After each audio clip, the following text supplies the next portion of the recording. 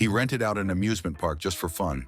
He laughed with his daughter, swam under the Memphis sun, and played racquetball in the dead of night. By all accounts, he was energized, maybe even hopeful. But less than 7 days later, the world would wake up to headlines that shattered hearts across the globe. Alone in his mansion, behind a locked door, everything changed. What really happened in those final days?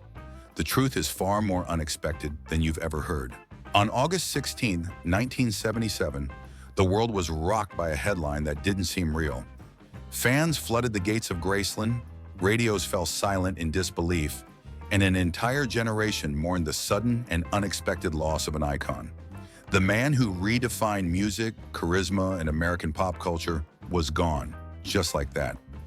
But behind the shock and sorrow lies a far more personal and lesser-known chapter, one that unfolded quietly in the days just before everything ended. What if we told you that the final week wasn't what you'd expect? That it wasn't all pills and isolation? That in the middle of the chaos that had come to define his later years, there were still moments of joy, warmth, and strange foreshadowing. In these last few days, there were late-night games, spontaneous acts of generosity, heartfelt laughs with his daughter, and even a final performance that felt different, as if he knew something no one else did. This isn't just another retelling of a celebrity's last moments. It's a glimpse into the soul of someone who seemed to be searching for peace in the shadows of fame. And along the way, you'll uncover the subtle clues, the emotional moments, and the unanswered questions that still linger today. The truth behind those final days may just change the way you remember him forever. On a warm summer night, June 26, 1977, the Market Square Arena in Indianapolis was pulsing with anticipation. Nearly 18,000 fans packed the venue, eyes locked on a stage they knew well, hearts hoping to see the spark that had ignited a generation. When he finally stepped into the spotlight, the cheers were deafening, but there was something different in the air, something unspoken. The man who emerged wasn't quite the image people remembered, his face pale, his frame heavier, his movements slower. Yet when the music started, he gave them everything he had left. The band struck up the first familiar notes, and like muscle memory, the king of rock and roll launched into CC Rider. He followed with more of the songs that defined his legend: Jailhouse Rock, Little Sister, Hound Dog, and the heart-melting Can't Help Falling in Love. It wasn't just a performance. It was a flash of the brilliance that once set stages on fire. And even through the fatigue, his voice, raw and vulnerable, still carried that unmistakable magic. The crowd responded with thunderous applause, perhaps sensing the weight of the moment, perhaps not fully understanding it. But it wasn't just the music that stood out that night. Elvis did something he rarely did. He started introducing people, not just the band or his backup singers, as was customary, but nearly everyone. Names poured from his lips like a roll call of memories. Old friends, longtime crew members, familiar faces who had walked beside him through decades of fame and fatigue. It wasn't scripted, it wasn't polished. It felt spontaneous, heartfelt, and strangely final. Some in the crowd brushed it off as charming. Others whispered that it felt like a curtain call, one bigger than just a concert. In hindsight, those words echo louder. Why the sudden need to name everyone? Why that tone in his voice? Proud, reflective, almost farewell. That night at Market Square Arena was more than a final show. It was a performance steeped in quiet mystery. And for those who were paying attention, it may have been Elvis saying goodbye in the only way he knew how. In the days that followed, life at Graceland took on a rhythm that felt almost ordinary. Elvis was seen swimming in his backyard pool, the water shimmering in the Memphis sun, as if nothing in the world was out of place. He played racquetball nearly every night, the sound of sneakers squeaking on polished wood echoing through the private court. Those close to him described him as lighthearted, even energized, smiling more, joking more, as if shaking off the weight of his past.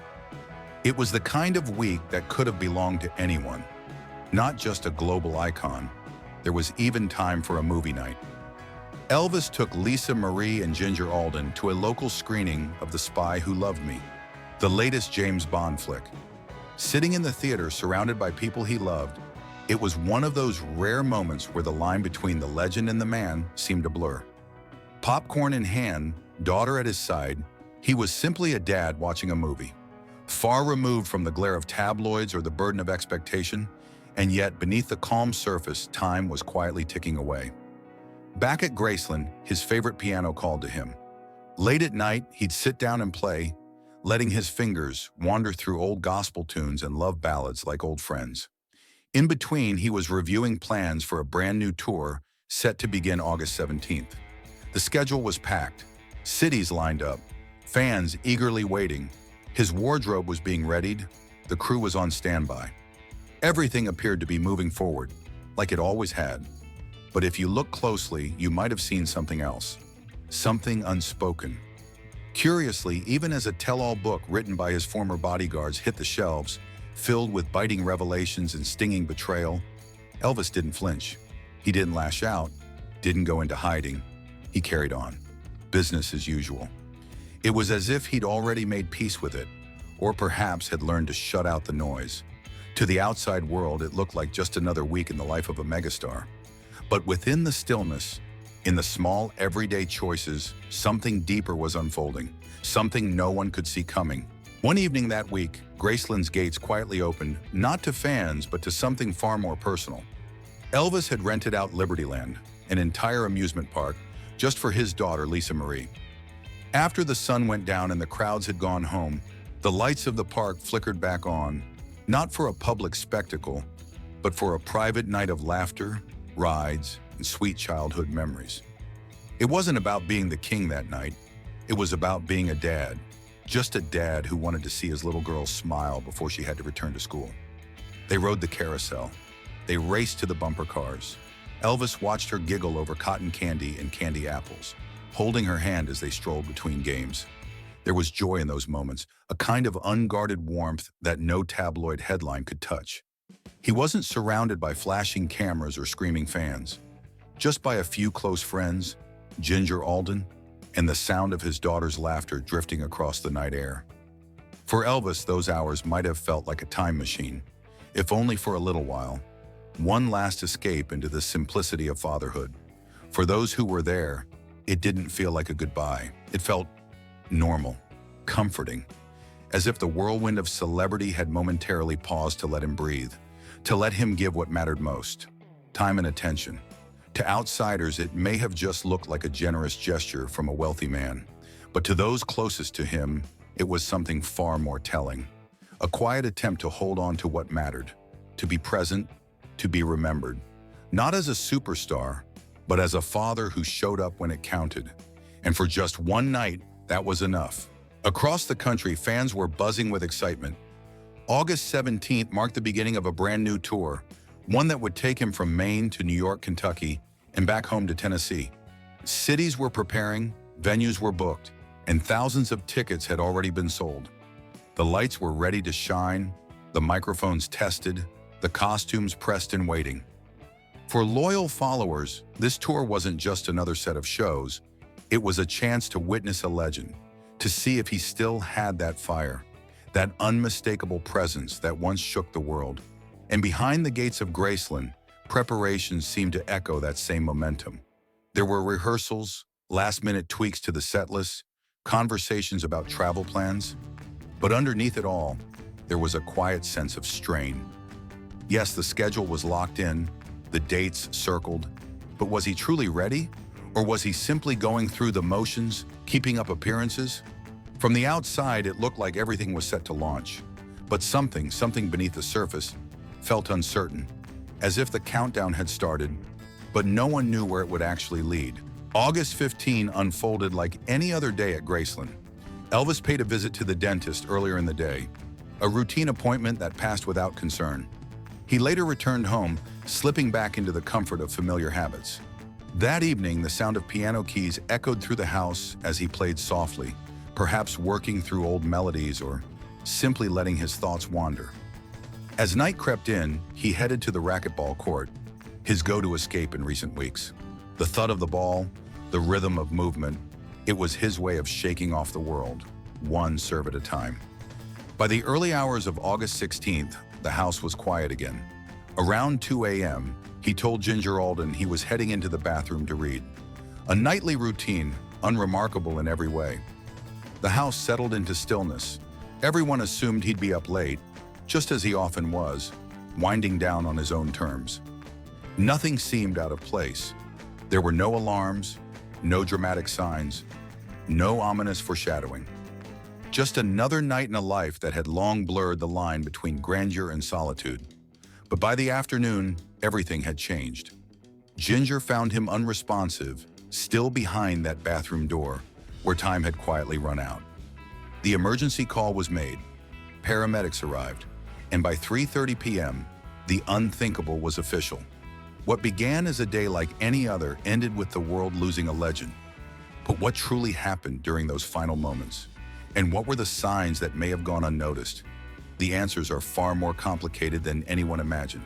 In the midst of constant pressure, tabloid gossip, and the ever-present weight of fame, his final week felt oddly tender. There were moments of laughter, of quiet reflection, of reconnecting with the people who mattered most. Whether it was a midnight racquetball game, a late-night movie with his daughter, or a soft melody drifting from the piano, these weren't grand, dramatic gestures. They were human ones, simple, sincere, and deeply real.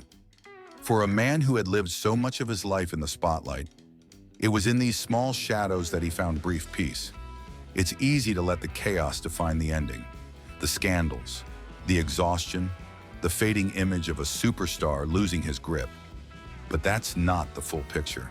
His final days weren't just about preparing for a tour or escaping the press. They were about reaching for something more grounded.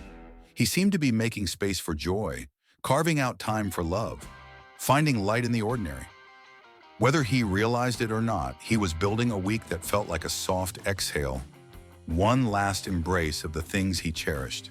And perhaps in those gestures, the movie night, the amusement park, the introductions on stage, he was saying something without words, a quiet goodbye, wrapped not in sorrow but in intention. Not scripted, not staged, but deeply meaningful in its own way. He may not have known what was coming, but looking back, it's hard not to see a kind of unspoken farewell, one that lingers long after the headlines faded, in the small, beautiful details of his final week.